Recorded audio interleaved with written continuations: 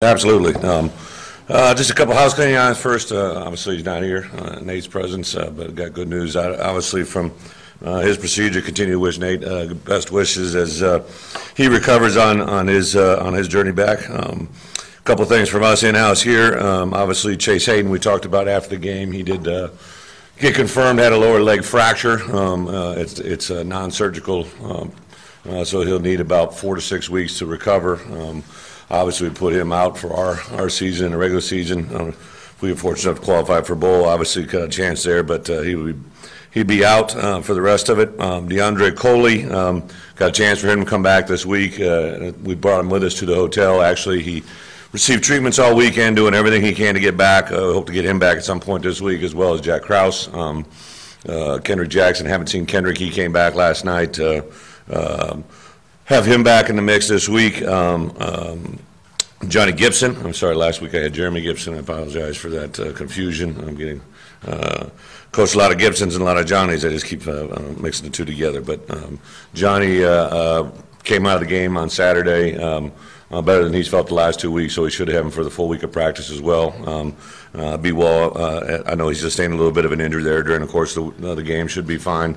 The big news is Frank Ragnow, unfortunately, received basically a lower leg, high ankle sprain, a pretty severe one that on Sunday we took a close look at it and has been confirmed now that he will be out for the rest of the year. He unfortunately sustained an injury that will probably need a procedure.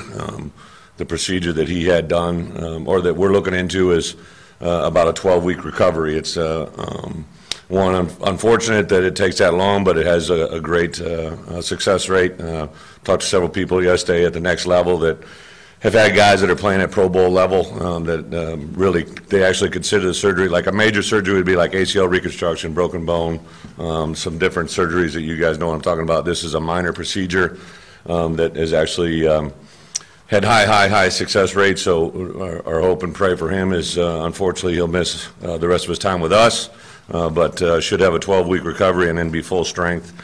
The sad part is he's playing absolutely unbelievable football. I've had a handful of offensive linemen drafted in the first round, and he is at their level, if not even higher. I put him in the same category that I'd put guys like Kevin Zeitler, a guy that started as a true rookie freshman, first-round draft pick, Joe Thomas. Obviously, you just saw this past weekend. The thing about Frank is he's an exceptional football mind, but he's an exceptional athlete for a big guy at 315 pounds. The way he runs, his genetics, his ability to just bend, move, flex, and just his competitive nature is off the charts. Had several NFL people tell me during the course of this first 7 weeks of the season he's probably playing not just as the best interior lineman, but one of the best linemen in the country that they've seen all year. So he was playing at a high level. Actually played one snap at guard, which probably is a blessing in disguise now that we got Zach Rogers in for that game. So Zach will take over at the center position, and also Jake Rollerson will as well. So got unfortunate news there, and really just thoughts and prayers go out with those two guys in particular, him and Chase, who were playing at a high level. Unfortunately, won't be able to continue that. So we move into our preparation for Ole Miss. Obviously, an SEC West opponent that to go over there, play an 11 o'clock game. Got a lot of challenges in front of us, obviously, with personnel and everything else, but one that I think our guys, this game has always been a great one for us, competitive, high level of competition in the last several years, so we've been able to win the last couple. So I know our guys have had success, but there's no guarantees in anything but what's in front of you, and that's the preparation of this week. So I think they'll focus into that. They were obviously a solemn and a quiet crew yesterday, but I think they'll rebound and come back and have a good week of preparation and see where we go from there. Other than that, Austin Allen, you guys keep asking the questions. He maybe threw it right underneath your nose. He was throwing Saturday out on the field. No one caught it with all the cameras in today's world, but he's been throwing, and if there is a chance for him to play on Saturday, this Saturday, it's been the best of any of them to this point, but Cole Kelly will get the majority of the workload unless Austin really comes on strong at the end of the week, and see where we go from there. Did talk to T.J. Hammonds this morning. T.J. will go back to the running back position for us. had been doing a good job, but I think he feels, and as coaches, we feel the best position for him probably, and especially with the injury to Chase, he can really take over all the reps and the schemes and the personnel groupings that Chase was using and be a pretty natural fit to that. So talking with him this morning, he's very excited about that opportunity. Bret, have you ever had a season with this many significant injuries? I get questioned a lot that. My wife has been with me for quite a few of them. She made the same comment right away on yesterday when I gave the news about Frank. He just holds a special place to people's hearts. But as far as I think overall numbers, probably just the overall numbers. I think to start, to premier guys. Usually you're going to have a couple. In the preseason, maybe you may get one or two during the course of the year, but to have running back, wide receiver, quarterback, best offensive, maybe the best player on our team, it's just it's not anything more than reality. I mean, you got to step up and play it and see where it goes from there. What's the best O-line situation for you? Tom, I think Johnny being healthy helps out quite a bit. He is, when he's healthy, has played pretty well. We knew that we had Yelda, Johnny, and Frank that had played very, very well. Brian Wallace has done well at times. And Colton Jackson, again, had shown flashes. I think the fact of the matter is now those guys are, Frank was kind of the glue guy, not to obviously overstate his value in that regards, but Zach is very competent, very well thought of within the group, so I think he's going to be able to, and he'll step up all week. The good news is this happened on the front end of the week rather than back end of the week, so he can prepare all week.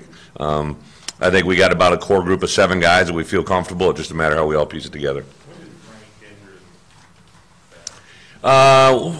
I don't know if it was the second or third. It was in the second quarter. He, as is the case a lot of times with high ankle sprains, it's something that, especially some of the guys that are as tough as Frank is and as athletic as he is, it's a lot more. I've seen a lot of these times in my career where the next day it swells in and takes place, and that's exactly what happened.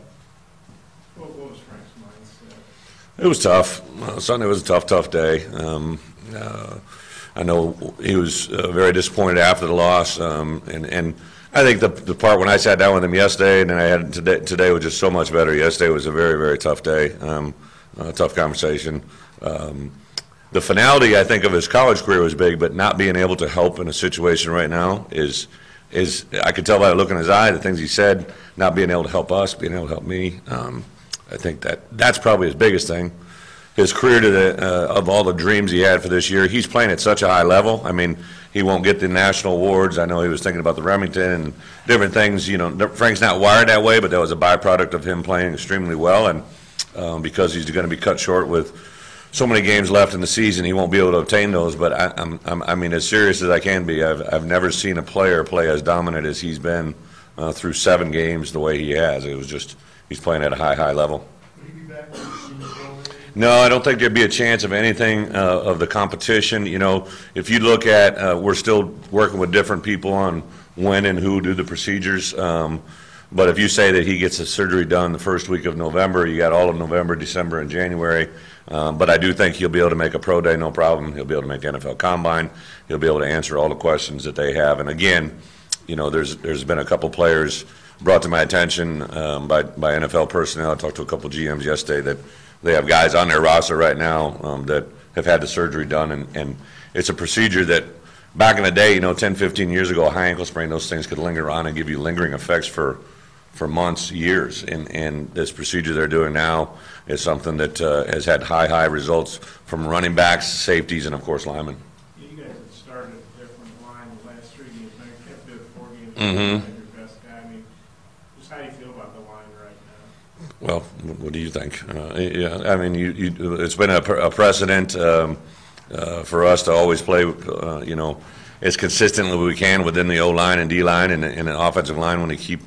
We've had a lot of guys banged up here and there. They weren't able to coach, process during the week. If you go back to the spring game, everybody, why do you play ones against the world? My number one driving force is to have the number one O-line, those 5 guys play together with their quarterback behind them and their running backs behind them, and they get a feel for them. And to have as much transition as we've had due to injury and and other details. It's been very frustrating, but it's what you dealt with. I mean, it makes our job what it is and impresses us every day.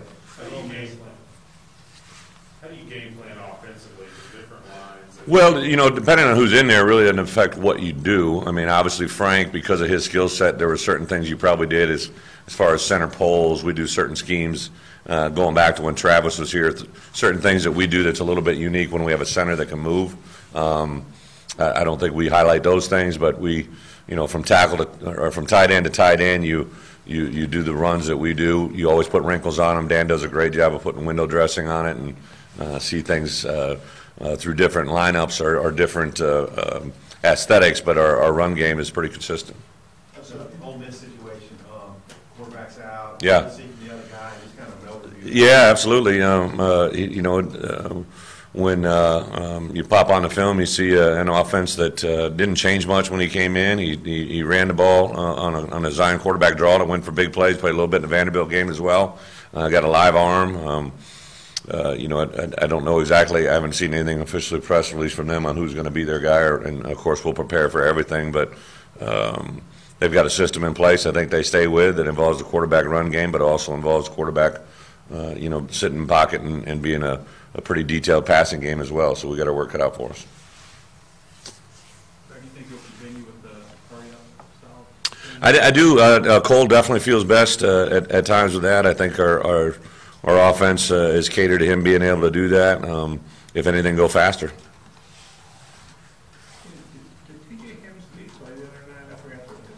TJ was back there on a kickoff return for me, I know.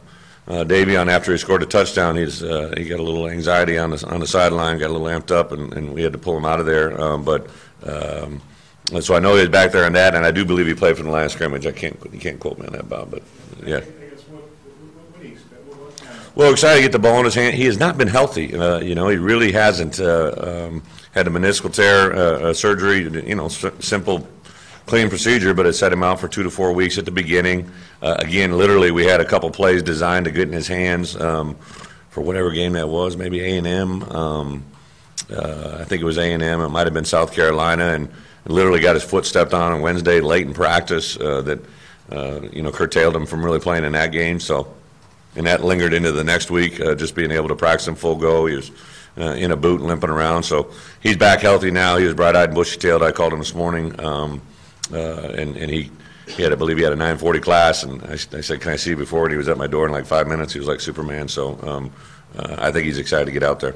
When you think about the Henry Heave game there 2 years ago, I don't know, you might not reflect on it very much, but where that ranks maybe in your career and just the exuberance itself on that game.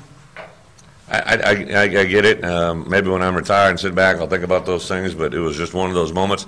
Honestly, we do practice that scenario.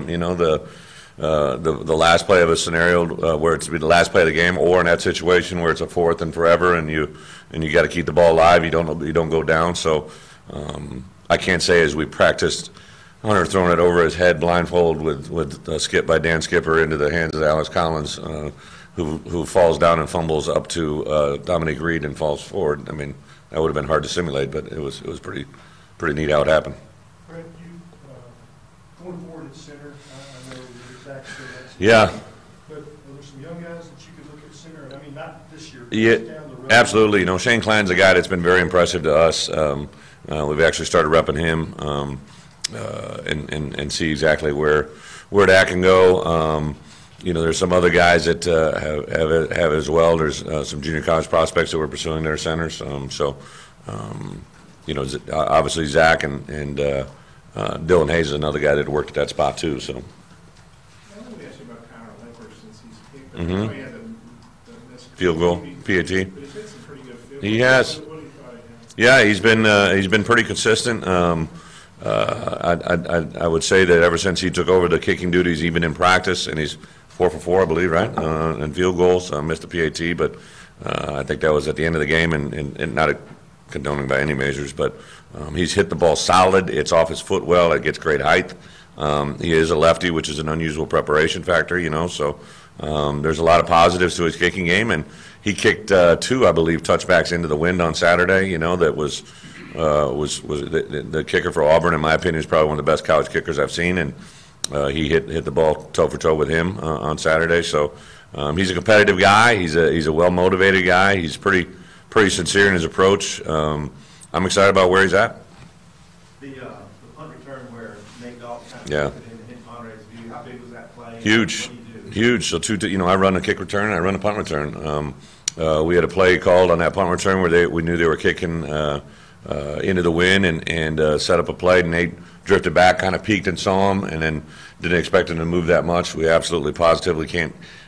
He was involved in on the flip play. You know, the first time they punted, he was the guy that was back there involved with it. We have a code word that we were using and communicating, and he heard it and didn't pull off. So there's a lot of teaching moments on that one. On the flip side of it, on the kickoff return for a touchdown, it was we had 9 opportunities on the day, and that was the only one that we were able to return, and it was executed perfectly. They got everybody's man on man, and then Nate actually was one of the key factors for springing him on that play. He was back there straining, fighting on a guy to get the leverage, and then of course he made the play down the field that eventually got waved off, but an unexcusable act to block behind the play. So I do believe that the wind caused some unusual kicking situations. You know, you saw their guy with the first one when you were kicking into that wind. It was that ball would get held up a little bit higher and longer than normal, and we made our guys aware of it, talked about it, but obviously on the field presence is big. I know it was a tough game, but I just thought those that see Dave and Warning at that return has been like since 2014 since you guys had Yeah, so this year I took over KOR during the fall camp, and one of the things that we had done the last 2 games, we were literally we called it one man away. We had a guy that if he had a positive block, it sealed.